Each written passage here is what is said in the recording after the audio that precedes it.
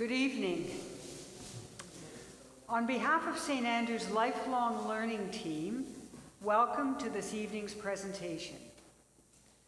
As we gather this evening, we acknowledge we meet on land that has been a site of human activity for thousands of years and is a traditional territory of the Anishinaabe, specifically Ojibwe Chippewa people. This territory is covered by Lake Simcoe Treaty 16. We are all treaty people. A special welcome to our speaker, Dr. Laura Alary. Laura has always loved making books. As a child, she made books with manila paper, mucilage, and crayons. Today, her books look more professional, but they continue to reflect Laura's love for creativity, learning, and wondering. She writes stories that make us bigger on the inside. Born in Halifax, she is a graduate of Dalhousie University with a degree in classics. She then moved to Toronto and earned her PhD from St. Michael's College. She is also a music specialist in Montessori classrooms. Laura is on staff at Knox College, Toronto. She and her 3 children live in Toronto. The title of Laura's presentation is, "What is this story doing to me?" A selection of Laura's books will be available for purchase and signing following her presentation. Please welcome Dr. Laura Alary.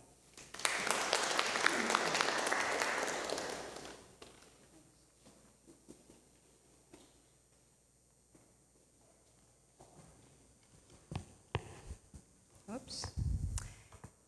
Thank you for the warm introduction, and thank you all for coming out on this rather inclement night. It's good to be gathered together here in a warm, dry place, surrounded by stories. I am here tonight to talk about stories, and I realize there's perhaps been a little bit of confusion about what age group this is aimed at. It was my understanding that my audience would be primarily adults, but I'm not entirely sure what everybody has come to hear. So I'm just going to tell you at the start that I'm here to talk about stories, and specifically their role in spiritual formation, which is basically a fancy way of saying what it is that stories do to us, or how they can shape us into the people we are. And I'm going to start with the Bible. Before I do that, though, I'm going to be gesturing a lot because there are actually a lot of slides, and I had this notion that I was going to be flipping through them, but I'm going to have to be waving. And also, I'm getting used to new progressive lenses, so pardon me if I'm playing around with my papers a little bit up here. So, have we got, yes. So that's a bit of an old photo. That's me and my daughters in the summer of 2018. I had just received a much anticipated box in the mail. It contained my author copies of Read, Wonder, Listen, which you see over there on the table. That collection of 105 stories was a real labor of love for me. It took the better part of a year to write, and many more years of research before that. I was proud of it, and I was very excited to put it out into the world and just hear how readers would respond. Well, it just so happens that the very first comment that I saw posted publicly on social media was, "This book is nothing but child abuse with a pretty cover." So that was pretty deflating. I was absolutely mortified by the suggestion that someone thought my work was damaging to children. But I couldn't simply dismiss the comment outright. It struck a nerve, I think, because it touched on a legitimate question. Are Bible stories good for children? Well, there are a few reasons why they might not be. There are the so-called texts of terror, tales of violence and abuse and cruelty, some of it attributed to the will of God. And that includes, I think, various interpretations of the suffering and death of Jesus. There's the patriarchal worldview that this collection of writings has absorbed from its cultural environment. There are stories which present a very simplistic understanding of the relationship between reward and punishment, others which reinforce the view of human beings as dominant over the natural world. The problem lies both in the texts themselves and in how they have been understood and used. So this accusation that biblical stories, not just my retellings of them, are harmful is part of a much bigger conversation about the ethics of interpretation and the impact the Bible has had upon humanity as a whole and this planet that we share. Now, what's true of Bible stories is true of other types of stories too. Stories matter because they have both purpose and power. Their purpose includes communicating information, binding a group together, reinforcing shared values, encouraging or motivating behavior that benefits the group somehow. Stories can cultivate imagination. They can prompt listeners to envision new possibilities and solve problems in new ways. Stories, as you know, can stir empathy and allow hearers to enter the experience of someone else. As one storyteller puts it, we step into the reality of another person's existence and instead of judgment, feel kinship. In short, stories have power to shape our minds, our hearts, our attitudes, our expectations, and even our collective future. But this power is a double-edged sword. Reinforcing that tight group identity can also create suspicion and hatred of outsiders. Gripping the imaginations and emotions of listeners can sometimes be a tool for manipulation. Communicating information can spread falsehood as well as truth. Stories don't always tell the truth. Sometimes they lie about the world and about other people. Sometimes they mindlessly entertain and distract us from what is really important. So perhaps it's fairer to say that stories have potential to transform, to challenge, to enlarge our compassion. But not every story does this. So I think those of us who tell them and write them have a special responsibility to pay attention and ask what the stories are doing to those who hear them, what effect they are having. In my book, Mira and the Big Story, one of the characters articulates the dilemma of the storyteller this way. Mira, let me tell you something about stories. Stories can make you bigger. Not on the outside, of course, but on the inside. They can stretch your mind and heart. But a story can make you smaller if it takes up all the space in your mind and heart. When new people or new ideas come along, there's no room for them. So whenever you hear a story, you must ask yourself, what is this story doing to me? Is it making me bigger or smaller? So that image of a story making us bigger or smaller on the inside points to the crucial role that stories play in spiritual formation. Formation implies being shaped or intentionally made into something different. It acknowledges that there's more to becoming human than intellectual or physical growth. There is this equally important process of shaping character, developing the values, attitudes, and worldview that determines who we are and how we are in the world. Now, there was a time, a long time, when I saw this process entirely through a Christian lens. The goal of spiritual formation, I thought, was making disciples. But I've come to see things a little bit differently. And I'd suggest now that in its fullest sense, spiritual formation is about forming human beings, the kind of transformed humans who have the will and the wisdom to create a just and sustainable world. So this evening, what I'd like to do is to share with you a little bit about how I see my own writing as part of this much bigger task. So I'm going to be reading bits and pieces from various stories, and I'm going to start with Read, Wonder, Listen. both because it's my largest and longest work to date, but also because for so many people, it's stories from the Bible that are at the core of their spiritual experience. These stories have a particular kind of authority, so because of that, we need to treat them with special care, asking both what the stories are doing to us and whether that is what we want them to be doing. So before I began to write this book, I had to deal with a number of very large questions. Which stories should I tell? Which ones should I leave out? From whose point of view should I tell them? And what do I hope the stories will do to those who hear them?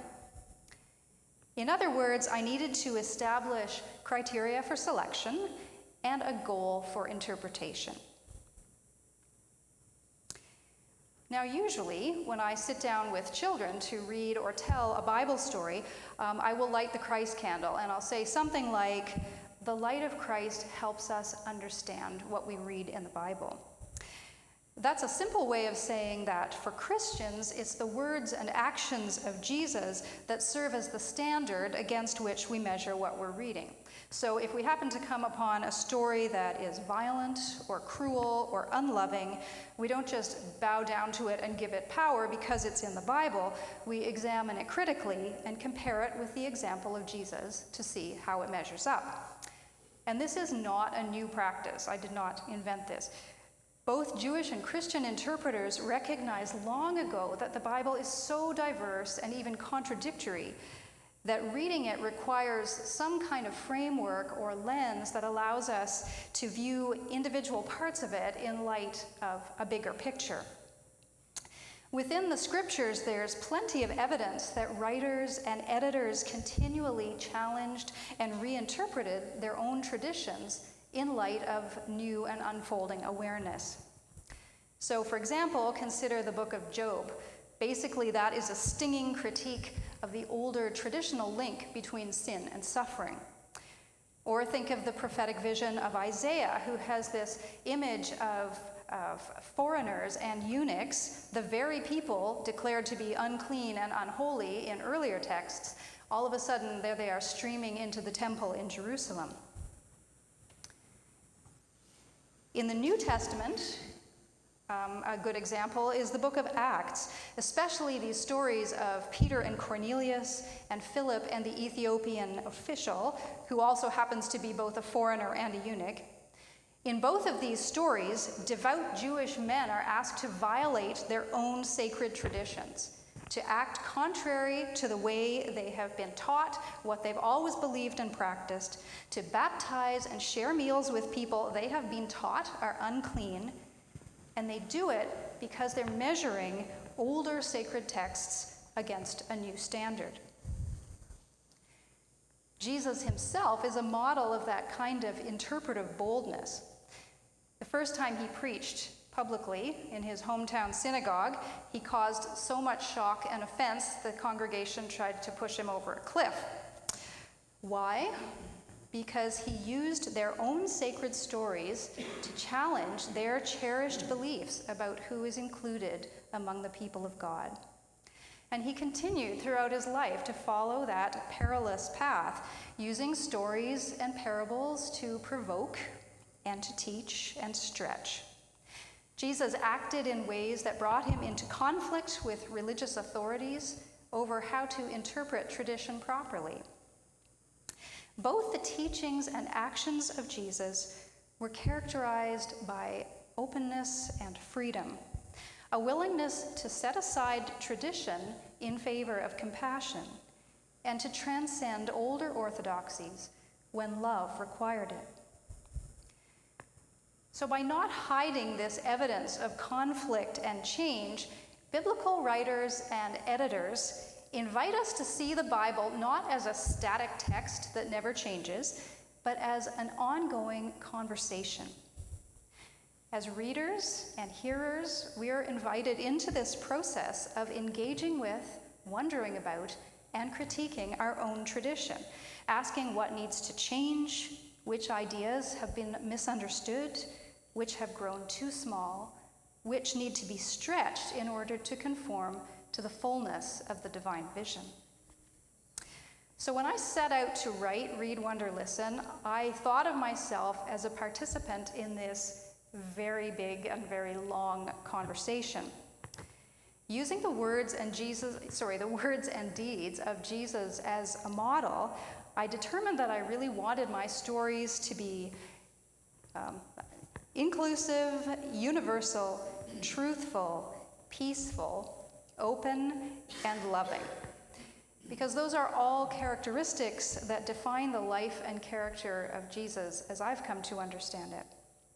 And if the original stories were not this way, I was prepared to wrestle with them until they yielded some kind of blessing. So here's a closer look at how I went about it with some examples from the book. So, priority 1, inclusive. In individual stories and in the collection as a whole, I really wanted to make room for characters and points of view that are often left out. So I asked myself, whose voices are missing? And why are they missing? And is there any way to recover them or include them somehow? Biblical texts, like all texts, are written from a particular point of view, but what would happen if we stopped to wonder how the story would sound different if someone else was telling it? So the picture you see on the screen is from my version of the story of Rahab, which allows us to see the conquest of the Promised Land through the eyes of the one being conquered. So when two strangers arrive at her inn one day, Rahab is a little bit suspicious. She's quite a canny woman, and she's heard rumors of wandering tribes invading cities throughout Canaan. She suspects that these men in her establishment are spies, and she thinks, well, I could turn them in.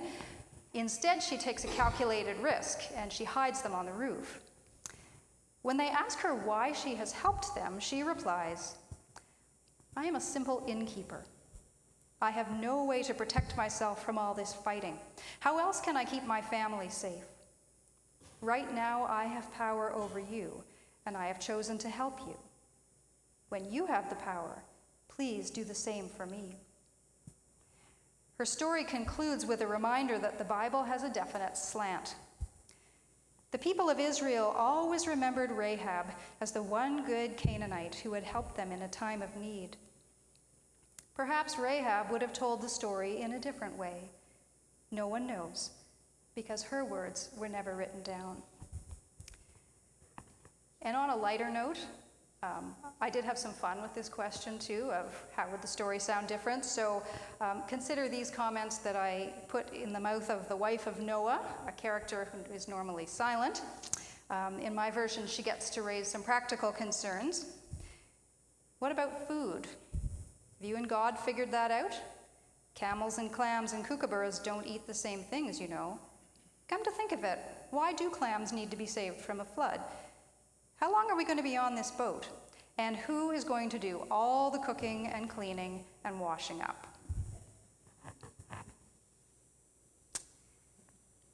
Another priority for me was writing stories that were universal in outlook. And that was challenging, actually, because the Bible tells a very particular story. And it starts out with the creation narratives, and that's a very broad scope, but it focuses very quickly on a specific family, which grows into a specific people whose identity is built on the belief that God has chosen them. That conviction is absolutely central to Scripture, so I couldn't get away from it, but I felt the need to prod it a little bit and ask some questions. Because the idea of chosenness can be really deadly if it creates an attitude of superiority and judgment, or a false sense of separateness between insiders and outsiders, sacred and secular, or any of the other binary ways that we often look at the world.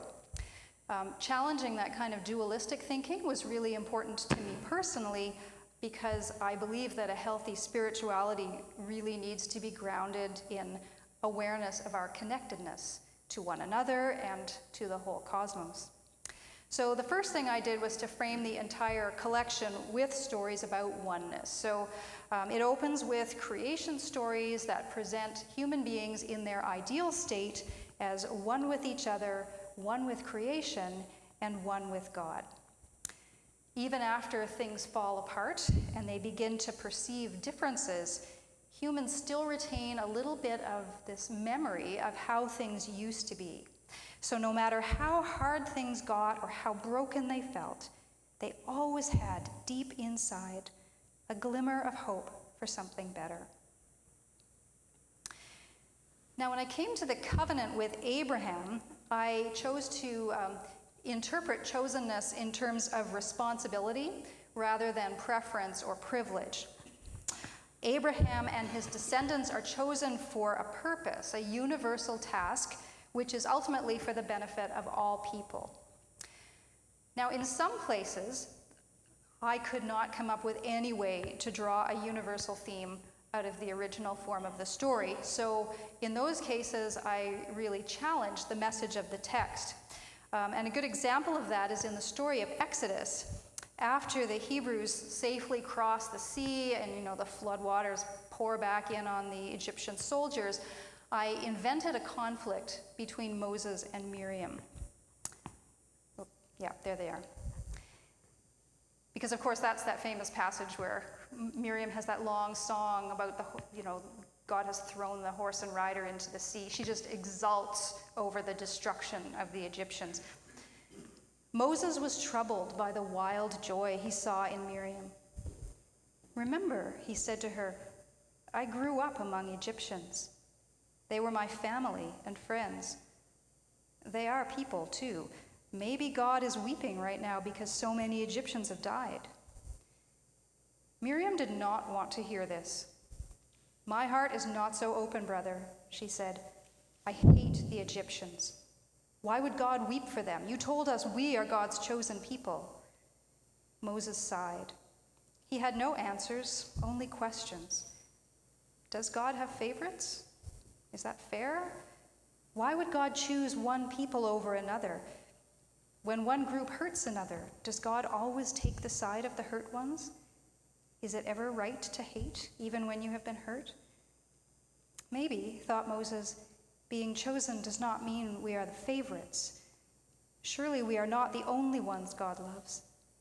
Maybe being chosen means God has something special for us to do. Moses wondered what that could be. Another priority for me was peacefulness.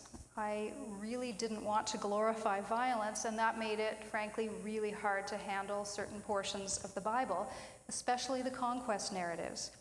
The Israelites are instructed to pillage and destroy and drive out the native inhabitants of the land. And in light of our own colonial history, we need to be asking some pretty hard questions of those texts.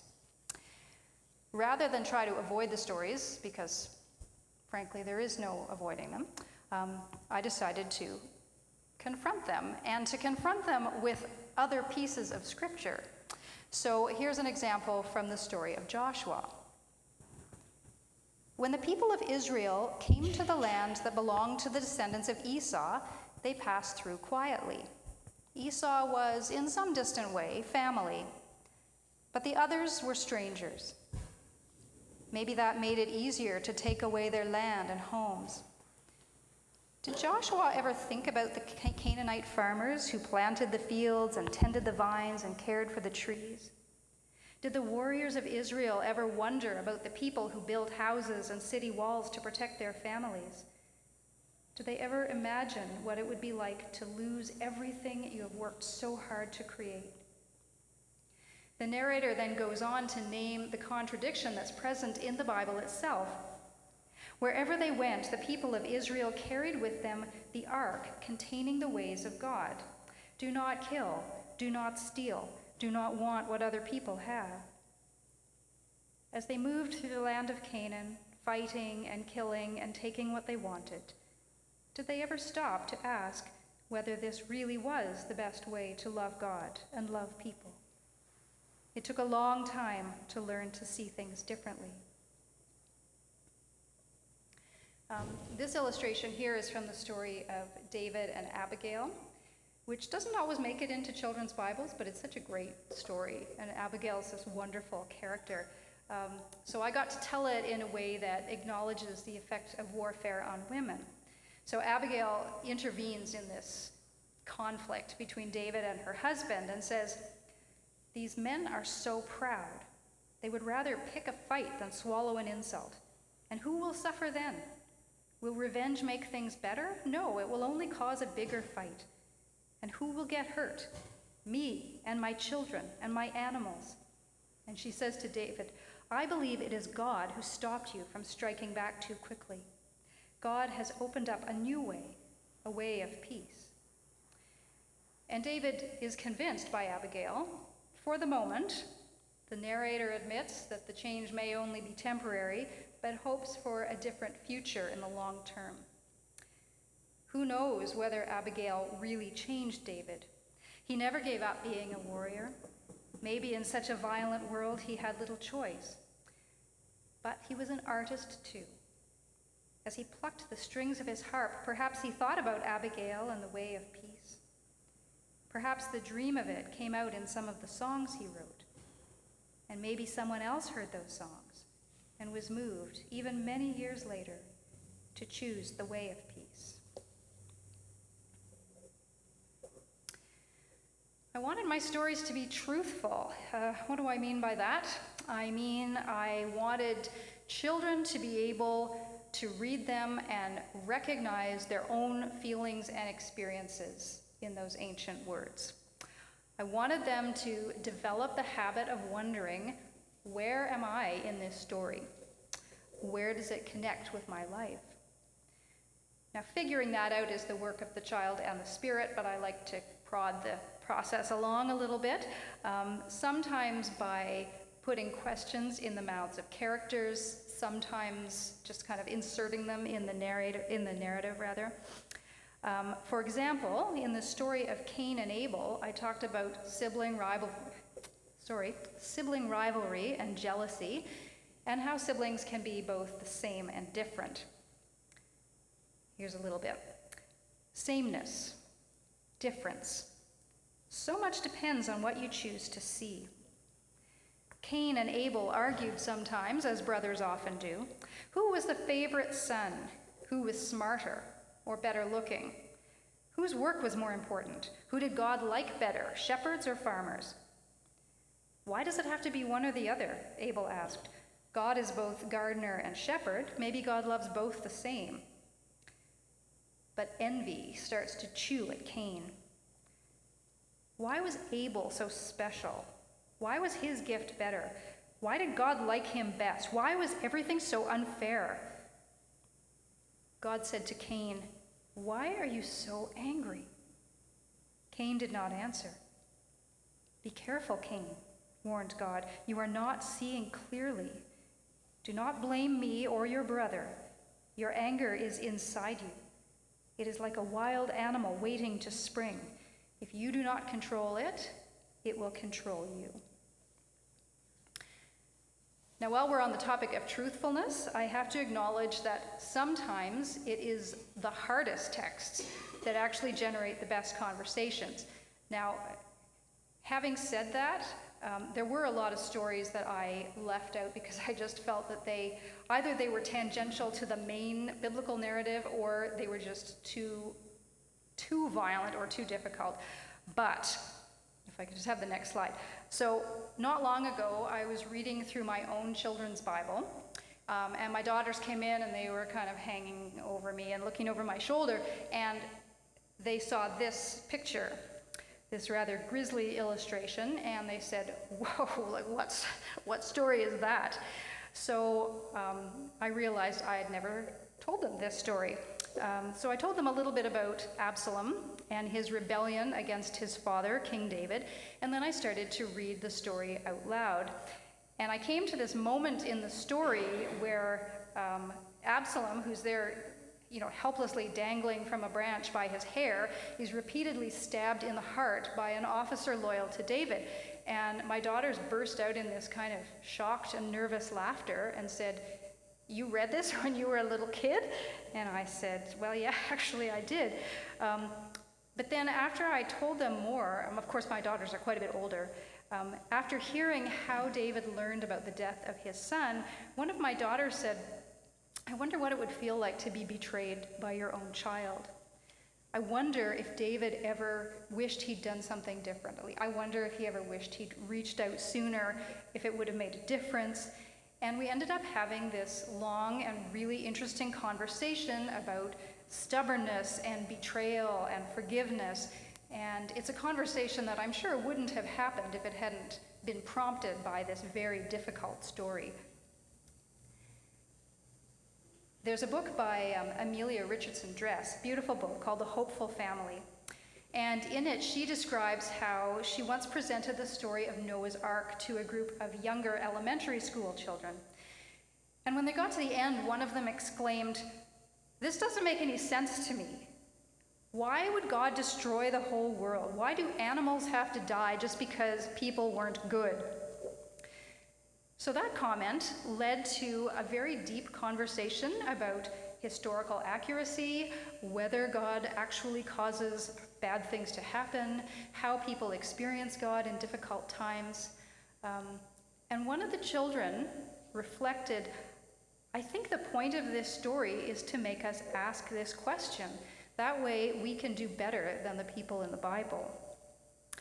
I was really struck by that, because I think that if children and adults really are free to respond truthfully and honestly, even to these difficult texts, if we're free to challenge and confront, even these tragic stories have power to wake us up, break our hearts, and show us a better way.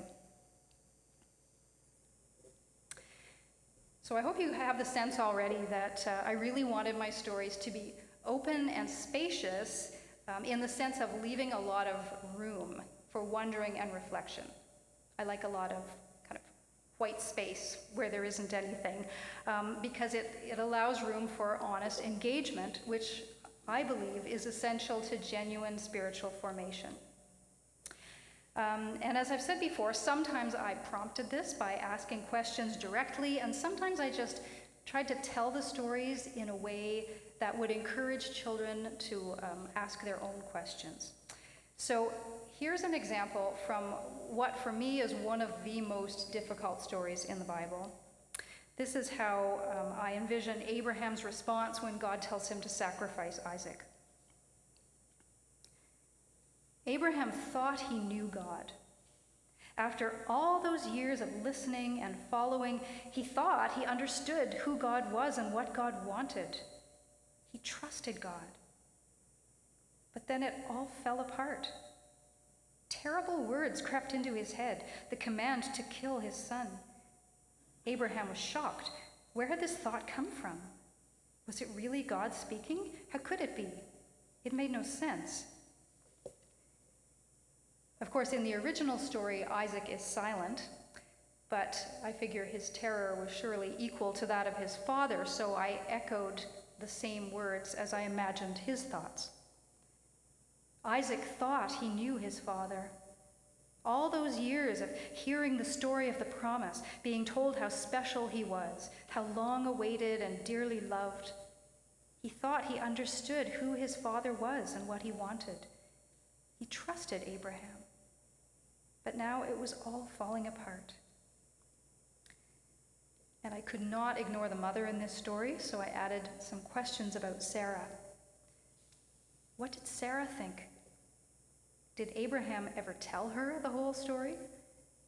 Maybe she heard it from Isaac late at night when the bad dreams woke him and he needed his mother. Maybe she cried too when she saw the fear in Isaac and how his trust in Abraham was broken.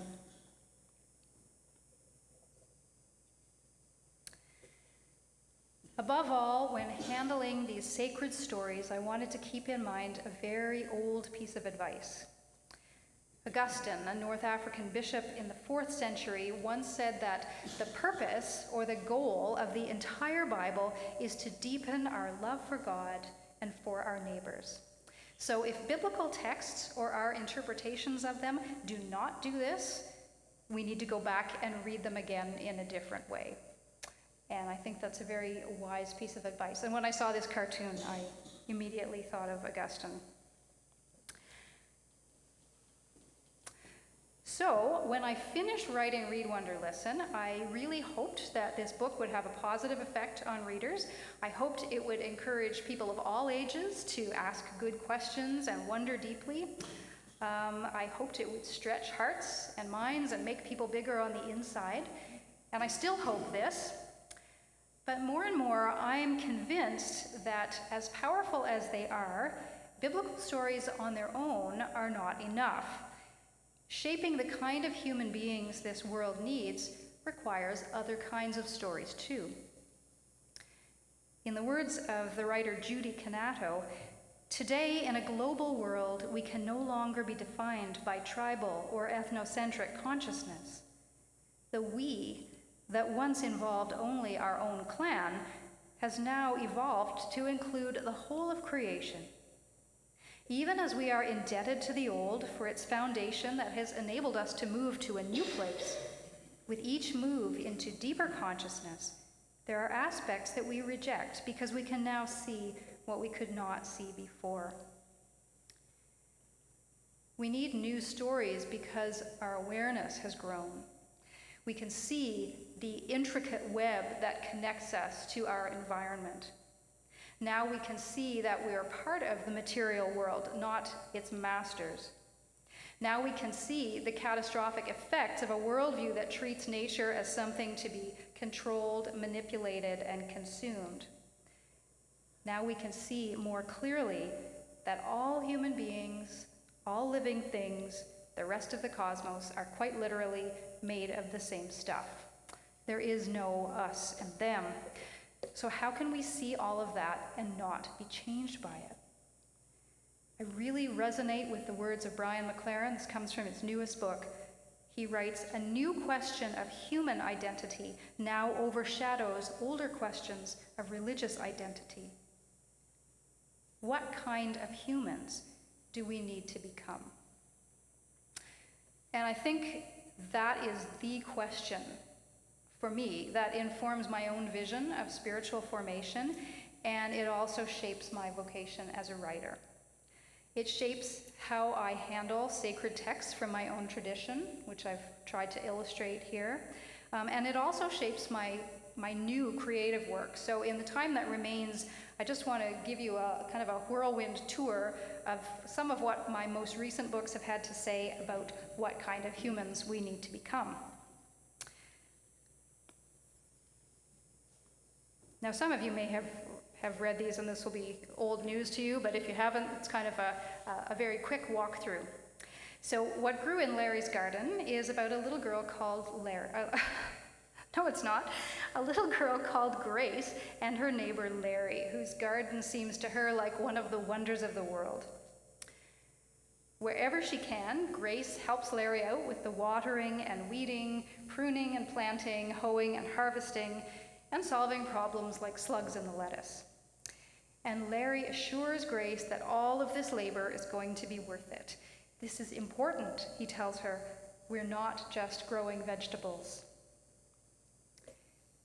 After a while, Larry lets Grace in on the secret of what it is they're actually doing. Each plant will be a gift, a little green tendril reaching out to someone, connecting people. This story is actually based on a project done by a real-life Toronto teacher, now retired. It's a story about kindness, mindfulness, gratitude, problem-solving, and in the face of conflict and fear, finding a way forward through listening, communicating, and collaborating. Sun in My Tummy is also about connections, a word that you will hear very often from me. In this case, how the food we eat connects us to other living things, to the world around us, and to its natural processes like photosynthesis.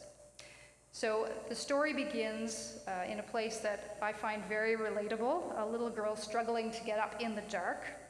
Her mom tells her it's time to put the sun in her tummy.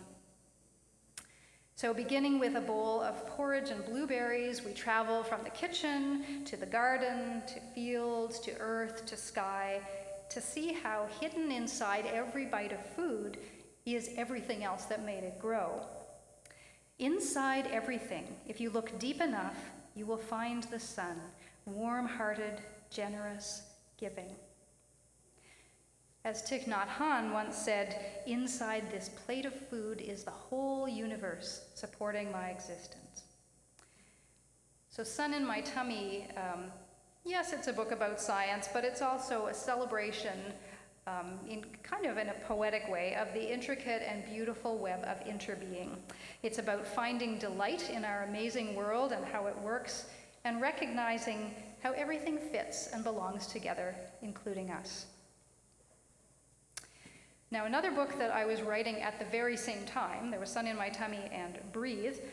They're both about this theme of interconnectedness, but Breathe uses explicitly Christian language and imagery.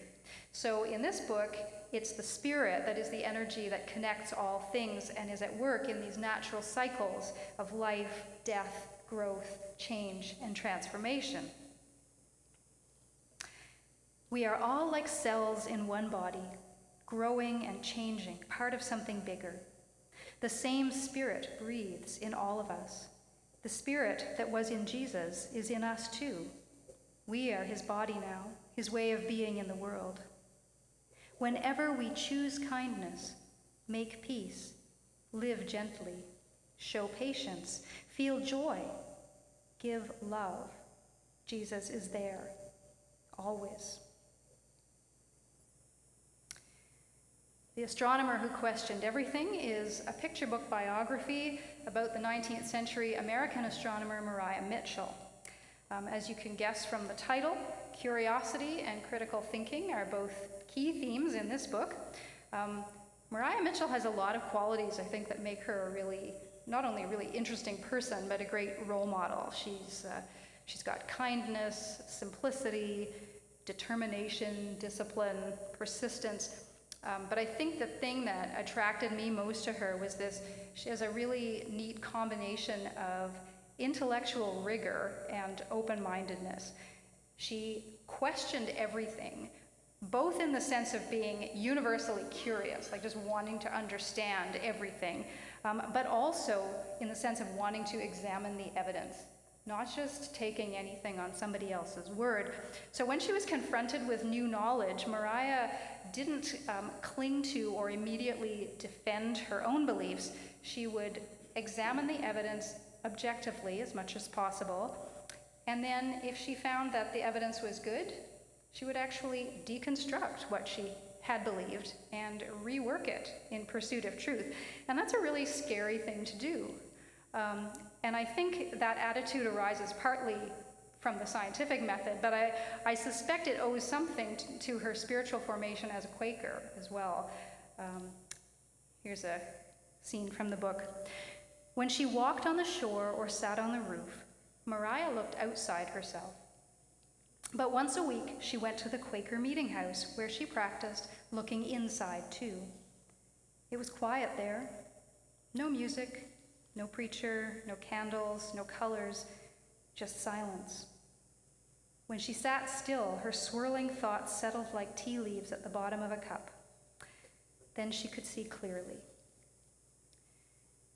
So I see Maria Mitchell as a model of somebody who takes what's valuable from her tradition and then combines it with this really open-minded curiosity and wonder, and of course a desire to share what she sees with others, because she was a wonderful teacher. And finally, a little peek at my newest book, Here, the Dot We Call Home. In this story, it starts with a child at home, and she sees these clues around her that other people have lived in this house before her. There's graffiti on the baseboard, there's an old swing somebody has left, there's the footprints or the handprints and the date in the cement. There's also garbage in the basement. Noticing those things leads her to wonder about the other direction. Who are the people who might come after her, and are they going to look after her special places? So she's got this kind of dawning comprehension that she is part of a bigger flow of history. And then we zoom back in time and out into space to stretch the concept of home to include the whole Earth and its history. Now that's a bit overwhelming, for all of us probably. How can something so big, she wonders, seem so small? And how can something so small seem so big? The task of cleaning it up and caring for it all is too much for her. But she realizes, I can look after this, I can care for this, I can love this, so that is what I will do. Start here.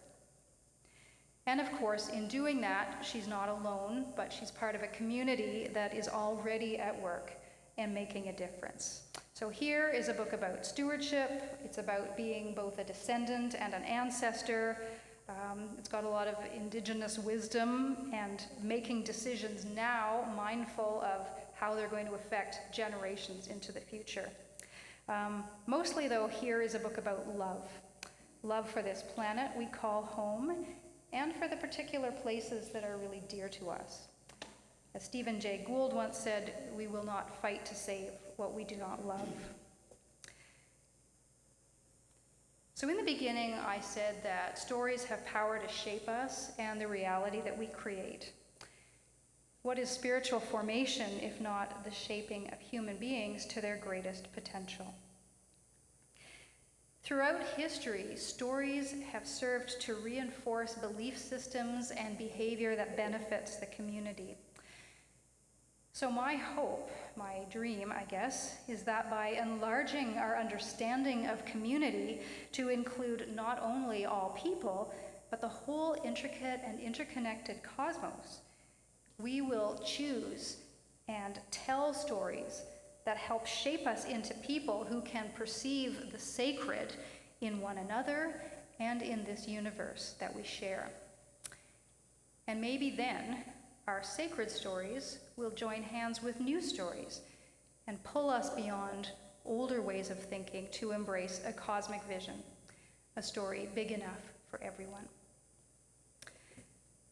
I'm going to end there. I know there are more slides because I wasn't quite sure how our time would go, but I am going to stop there and open the floor, see if anyone has questions or comments. I know I put a lot out there, so if you're an introvert like me, you're still probably processing. And Laura, I have a microphone here, so anyone wanting to speak, if they could use the microphone, just put your hand up and I'll bring it over. And it doesn't even have to be a question about the presentation. It could be about any of the books or about writing or...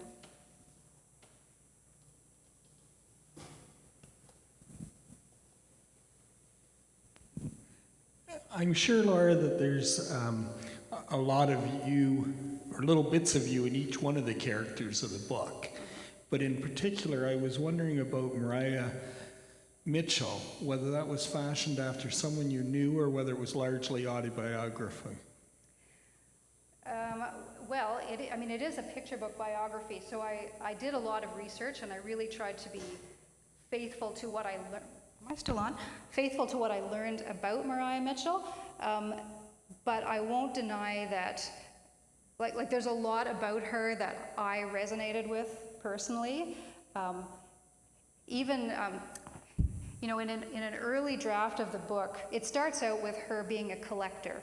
She's on the beach and she's picking up shells and feathers and things like that. That wasn't there in the beginning.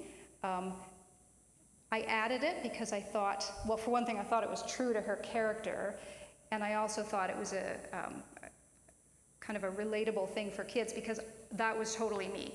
Like, I never went anywhere without coming home with my pockets bulging with stuff that I'd found and wanted to learn about. So, yeah, that was very attractive to me. The idea of not being content just to accept what I was told, but to kind of say, well, why? And why is it that way? And why couldn't it be this way? Yeah, I was very much like that as a kid. So.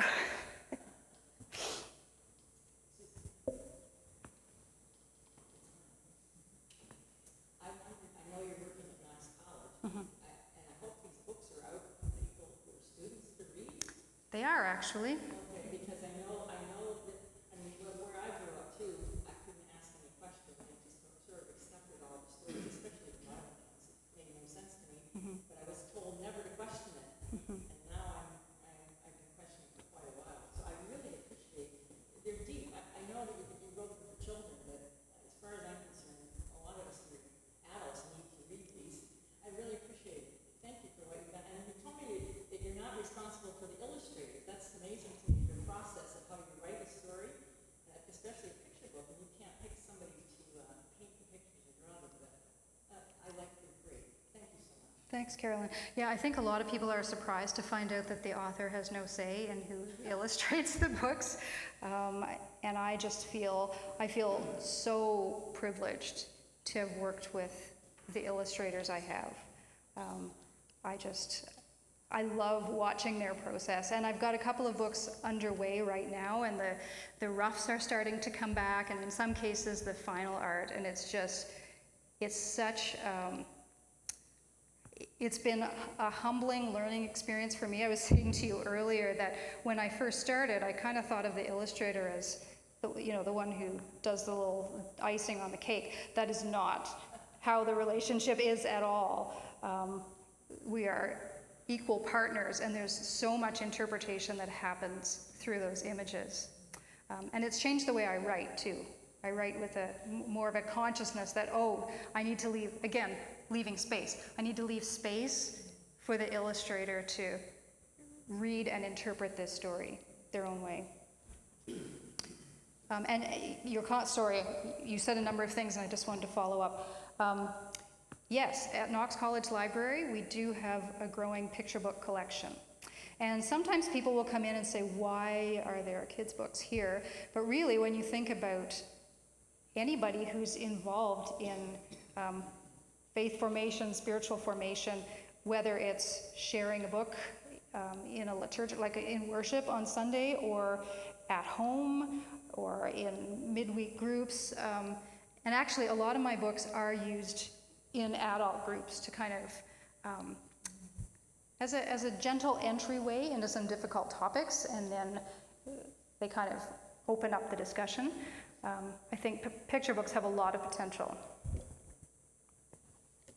Can you make a recommendation of grandchildren who are 5 and 9 and they're having a good education? And they were talking about how Jesus was hurt and how he did this, and like it seemed fairly violent, and it would be not something I would choose, a story I would choose to necessarily tell. And I was wondering if you have a book there that might be a kinder, gentler approach that I might get for them to read. Well, yes. Depending on exactly what you're looking for, Read, Wonder, Listen is actually really good for that age group. It's sort of aimed, they told me when I was writing it, they said aim 7 to 10-year-olds. But of course it depends so much on the child. Well, the 9-year-old is going on 19. The other thing you might want to have a peek at is the Church Year series, like the greenish one, Make Room, Look, and then Breathe. That's actually, those are published by a Roman Catholic publisher, but they publish Protestant and Jewish writers as well. And both of those, or all three of those, follow a similar format. They look at a particular segment of the church year, and then they go back and forth between stories from the Bible and a first-person narrative of a child who's kind of experiencing that season and wondering about it and talking about her own experiences. So age-wise, those would probably be good as well. So you might want to come up and just have a look through them and see if...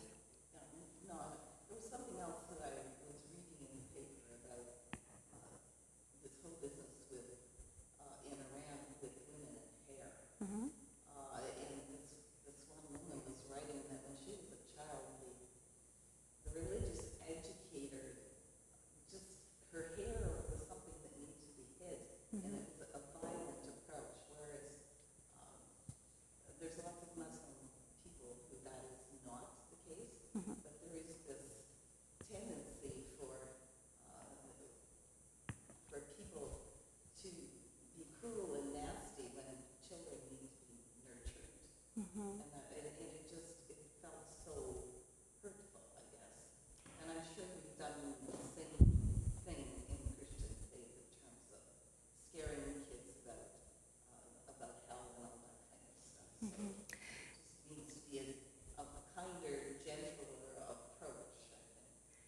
there's a huge and important conversation, I think, that arises out of even just how we tell the story of the death of Jesus. Like, that is a whole separate issue. My grandchildren, they were talking about it, and it was hurtful in a way. I felt sad that they had to be told in that way. Well, have a peek, if you've got a little bit of time to look afterwards, have a look at Make Room, the one with the tree on the front of it. And then if you want to look at, like when I'm looking at a children's Bible, there are certain stories that I always turn to just to see, okay, how do they handle this? Because sometimes I'll know immediately, oh, this is not for me.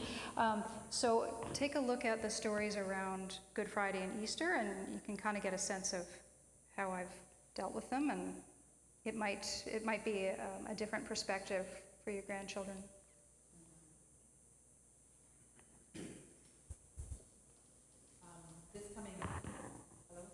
This coming Friday, our Christian Education Committee, we're holding a Fun Friday event.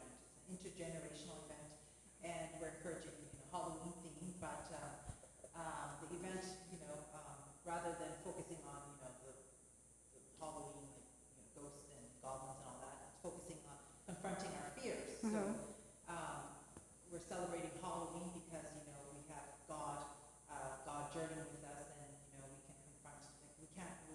We're not afraid that we're with God. And one of the scripture or Bible story that I wanted to share, and I was kind of discerning, and someone actually pointed out, well, would it be too violent, or in terms, there would be young families there as well, or even on church folks gathering coming this Friday, and the story of the young David confronting Goliath, and how David, he's assured that God is with him, and he's confident to, fight Goliath, and he kills Goliath, the word kill.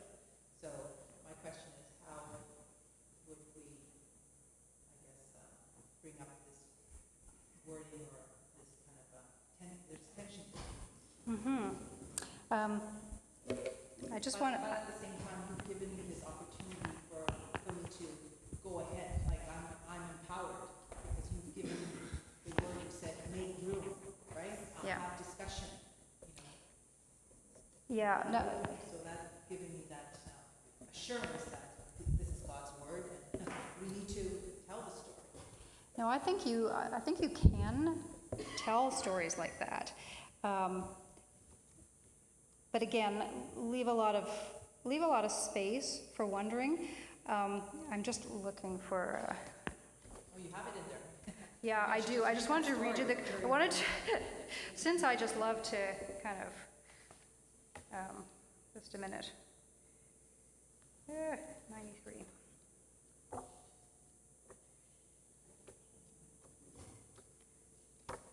Yeah, I'm going to read you the end of this, and I don't know. I mean, you may not like how I've concluded it, but this is an example of how.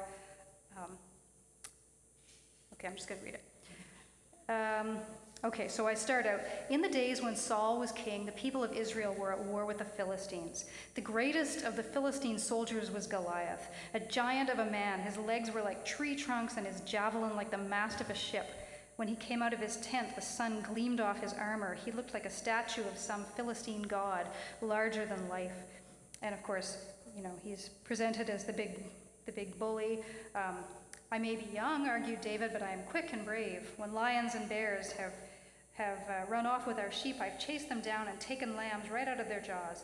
I'm not afraid of this big bag of wind. God will keep me safe. And then, of course, I think there's a little bit of humor in this scene with Goliath and David.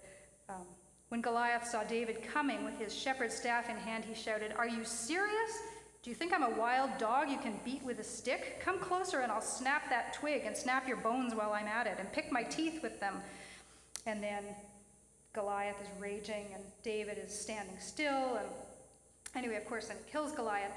But then this is where my own questions come in. When the Philistines saw that their champion was dead, they ran away. The Israelites cheered themselves hoarse. There was something very satisfying about seeing such a big bully brought down. They felt sure God was celebrating with them. Perhaps God was, but it is worth wondering whether the God who gives life is ever truly happy when a life is lost, even Goliath's. Thank you. So, That space and that assurance. Thank you.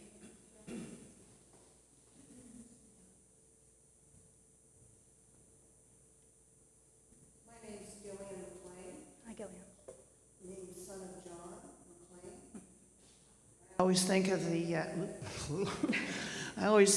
of the clans in Scotland fighting each other and burning their churches and everything, and then they came over here and, well, fought too. But anyway, I tend to think of the Campbells and the McDonald's, but anyway. So I go back a long way, which brings me to the Celtic tradition of invisibility and making it visible. And I think you've done a wonderful job of that and giving the message that's valid. And I really appreciate that, especially for children. And like you mentioned, I think a lot of adults get a lot out of the children's story time, too. Sometimes they don't listen to the sermon, but they'll listen to the children's time, so. Well, I think we're all drawn to stories. Mm-hmm. Well, that's our tradition, isn't it, for our ancestors? That's all I heard about growing up because we were immigrants from Scotland. So I had to rely on stories because there wasn't a grandma there. My grandpa was there, but not a grandma. So, the stories are so important to us. And the words are wisdom, and you've given the children wisdom, I believe. And thank you very much for that. Really appreciate it and enjoyed this evening. Thank you. Thank you.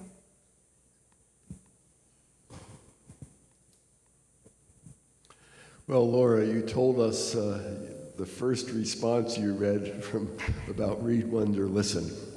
I think there have been a number of other responses. There have been others. It has sold at least more than two or three copies, and I don't know what the sales are, but I simply want to thank you for having labored so beautifully on that book. I read it all the time. In fact, it's sort of like if I'm preparing a sermon, it's like a resource for saying there's some ideas that are in this story that come up as you have written them, which are so helpful for communicating good news. So thank you for that. Thank you. But tell me about what are one or two of the positive reviews that made you sort of feel, well, I'm sure glad I did this. It's probably, I have a friend who's a PCUSA minister, and when the book came out, she posted on, some social media platform, she said, "This is the book I've been waiting for a long time." She said, "I've been wanting something that my families in my congregation keep coming to me and saying, 'What do you recommend?' And she said she just wasn't sure, and then when this came her way, she said, 'This is it.' And I have very deep respect for her, so that made a huge difference. And I think, I guess the comments that mean the most to me either come from children who say, I really like this story, something specific that's spoken to them.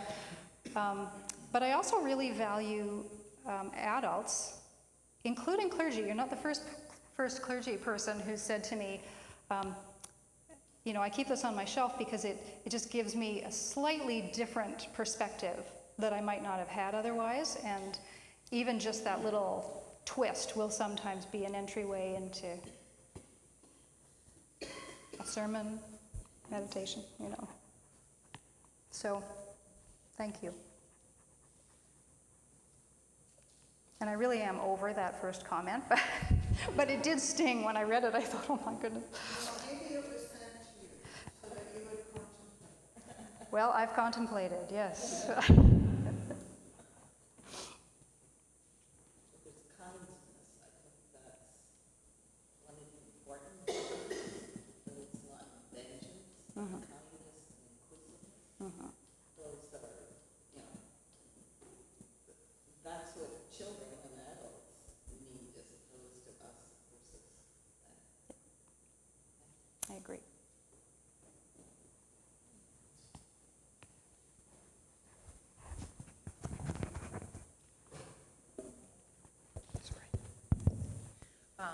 Don't go too far away, but we thank you, Laurie, for coming up from Toronto this not so nice weather. Thank you for joining us for dinner prior to the presentation. And I just want to read from Ephesians. It just spoke to me this evening. We're all familiar with Ephesians chapter 4. Where am I? Okay. The gifts he gave were that some would be apostles, some prophets, some evangelists, some pastors and teachers, and I'll throw in story writer, to equip the saints for the work of ministry, for building up the body of Christ, until all of us come to the unity of the faith and of the knowledge of the Son of God, to maturity, to the measure of the full stature of Christ.